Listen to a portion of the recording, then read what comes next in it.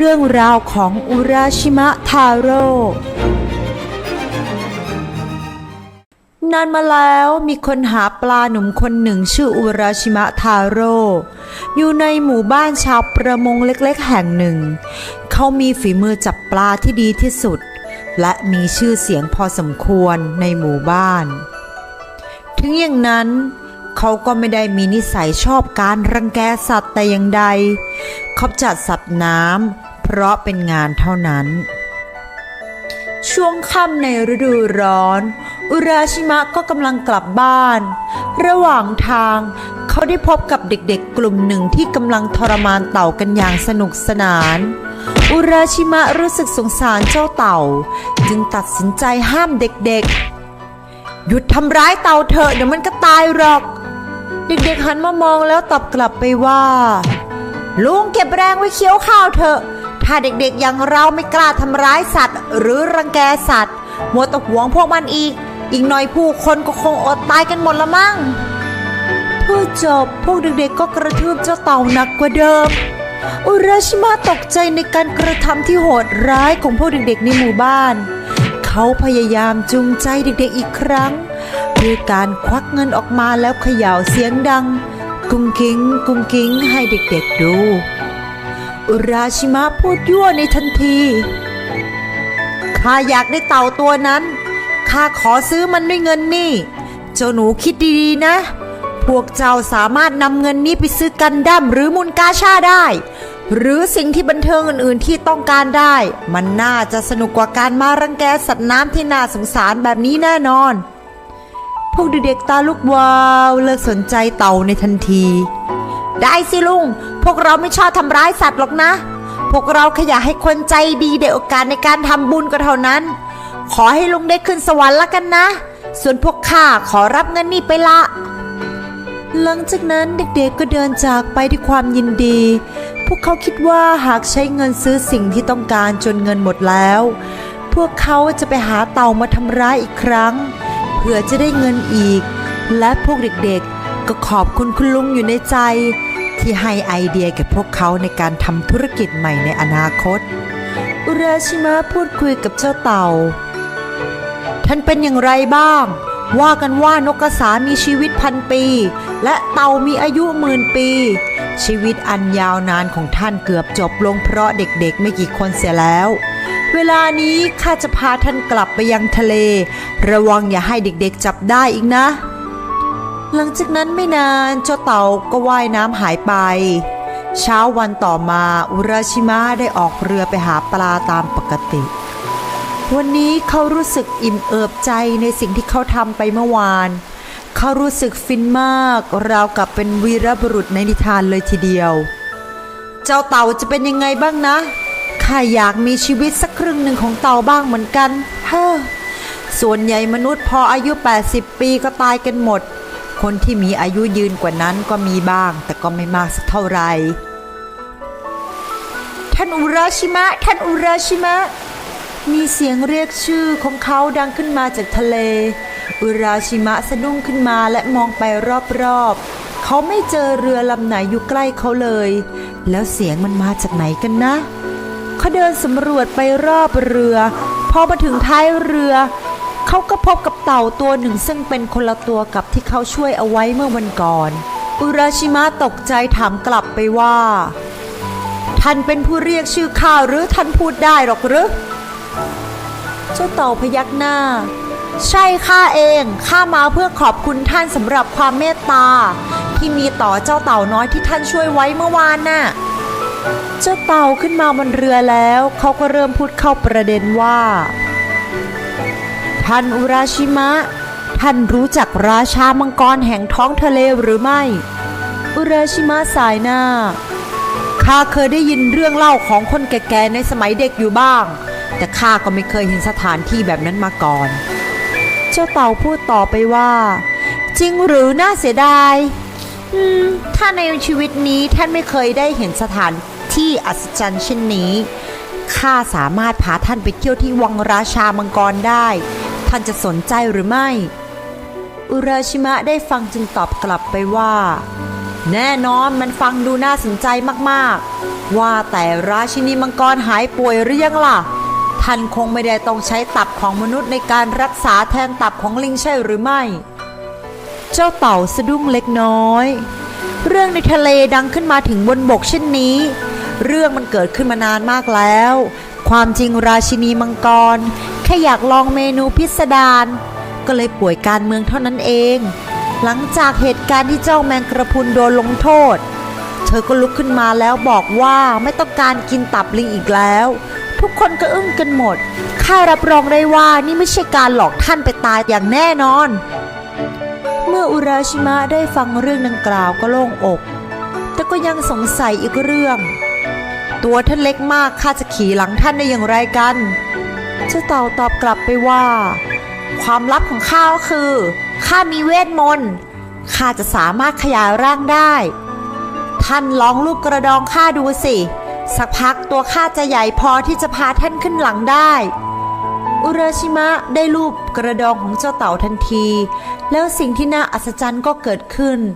เจ้าเต่าตัวใหญ่ขึ้นจริงๆเอาละไปกันเถอะหลังจากนั้นทั้งคู่ก็ดำน้ำลงไปใต้น้ำวังมังกรอยู่ไกลมากเจ้าเต่าว่ายน้ำอยู่นานถึง150 ปีแต่ความสวยงามของใต้ท้องทะเลทำให้อุราชิมะรู้สึกว่าเวลาผ่านไปไม่กี่ชั่วโมงเท่านั้นในที่สุดพวกเขาก็มาถึงหน้าประตูวังมังกรแห่งท้องทะเลเป็นเรื่องที่น่าอัศจรรย์มากที่อุราชิมะสามารถหายใจได้ราวกับอยู่บนบกและเสื้อผ้าของเขาก็ไม่เปียกเลยแม้แต่น้อยทุกท่านนี่คือท่านอุราชิมะแขกของพวกเราสิ้นเสียงเจ้าเต่าและเหล่าปลาและสัตว์น้ำข้าราชบริพารต่างๆของวังก็ออกมาต้อนรับพวกเขาอย่างดีและพาพวกเขาเข้าไปด้านในอุราชิมะเป็นเพียงชาวประมงเขารู้สึกประหม่าและทำตัวไม่ค่อยถูกเมื่อประสบกับสถานการณ์นี้พอสมควรและแล้วมีมังกรสาวชุดแดงออกมากล่าวต้อนรับพวกเขายินดีต้อนรับท่านอุราชิมะสู่วังมังกรแห่งท้องทะเลค่ะข้าเป็นบุตรสาวบุญธรรมของราชามังกรเจ้าเต่าน้อยที่ท่านได้ช่วยไว้เมื่อวานนั่นก็คือข้าเองข้าต้องการตอบแทนท่านด้วยดินแดนแห่งนี้ซึ่งจะคงความเยาว์วัยให้ท่านได้ตลอดไปเราจะอยู่ร่วมกันอย่างมีความสุขณวังมังกรแห่งท้องทะเลนี้ทุกสิ่งเกิดขึ้นช่างน่าอัศจรรย์เกินจินตนาการเรื่องราวที่เกิดขึ้นราวกับอยู่ในความฝันอุราชิมะเกือบลืมครอบครัวของเขาไปชั่วขณะหนึ่งอุราชิมะได้พูดกับเจ้าหญิงมังกรว่าต้องขอขอบคุณท่านมากๆเจ้าหญิงมังกรข้าต้องขออภัยด้วยจริงๆข้ามีภรรยาแล้วแต่ข้าต้องกลับไปดูแลพ่อกับแม่ที่ชราข้าอยู่ที่นี่ได้เพียง3 วันเจ้าหญิงมังกรทำหน้าเศร้าน่าเสียดายนักจากนั้นเธอก็พาอุราชิมะเดินเที่ยวรอบวังทั้ง4 ทิศแต่ละทิศมีฤดูกาลต่างๆที่แตกต่างกันหลังจากรับประทานอาหารอุราชิมะรู้สึกถึงความจริงใจและเกรงใจเจ้าหญิงมังกรมากจึงเผลอสัญญาว่าเขาจะกลับมาที่นี่อีกครั้งหนึ่งเจ้าหญิงมังกรดีใจมากและได้มอบกล่องของขวัญแก่อุราชิมะสิ่งนี้คืออะไรอุราชิมะถามด้วยความสงสัยสิ่งนี้คือกล่องหัตถ์อัญมณีเจ้าหญิงมังกรกล่าวมันมีสมบัติล้ำค่าอยู่ภายในแต่ท่านต้องสัญญากับข้าว่าจะไม่เปิดมันบนผืนดินเพราะสิ่งนี้จะเปิดได้เฉพาะใต้ทะเลเท่านั้นไม่เช่นนั้นจะเกิดเรื่องร้ายขึ้นกับท่านข้าหวังว่าท่านจะกลับมาหาข้าตามสัญญาจากนั้นเจ้าเต่าก็พาอุราชิมะกลับไปที่หมู่บ้านชาวประมงอีกครั้งเมื่ออุราชิมะกลับมาถึงบ้านเขาก็รู้สึกแปลกๆมันเป็นหมู่บ้านของเขาแน่ๆแต่ทว่าทุกอย่างดูเปลี่ยนไปหมดเขาจากไปเพียงแค่3 วันมันเกิดอะไรขึ้นกันแน่อุราชิมะรีบวิ่งกลับไปที่บ้าน แต่ทว่าไม่มีใครอยู่เลย ทั้งภรรยาและพ่อแม่ที่ชราของเขาไปไหนกันนะ เขาวิ่งออกไปนอกบ้านเจอคนแปลกหน้าคนหนึ่งอุราชิมะจึงเดินเข้าไปถามว่าขอโทษนะครับผมชื่ออุราชิมะทาโร่คุณเห็นพ่อแม่ที่ชราของผมที่บ้านหลังนี้หรือเปล่า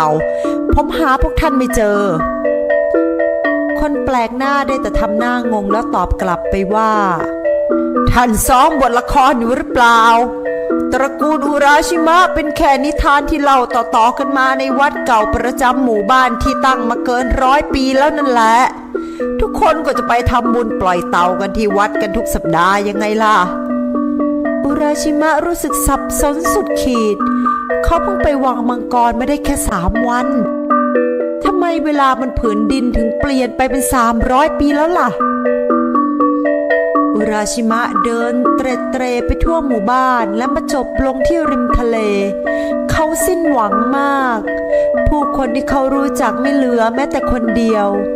เขาไม่เหลืออะไรเลยแล้วจริงๆหรือนอกจากกล่องหัตถ์อัญมณีที่ได้รับมาจากเจ้าหญิงมังกรที่เขาสัญญาว่าจะกลับไปหาเธออีกครั้งและไปเปิดกล่องนี้ต่อหน้าเธอแต่ทว่าอุราชิมะต้องการจะเริ่มต้นชีวิตใหม่ของเขาอีกครั้งเขาไม่มีเจตนาที่จะต้องการผูกพันกับมังกรในใต้ทะเลเขาลืมคำสัญญาและคำเตือนหมดสิ้นว่าจะไม่เปิดมันบนผืนดิน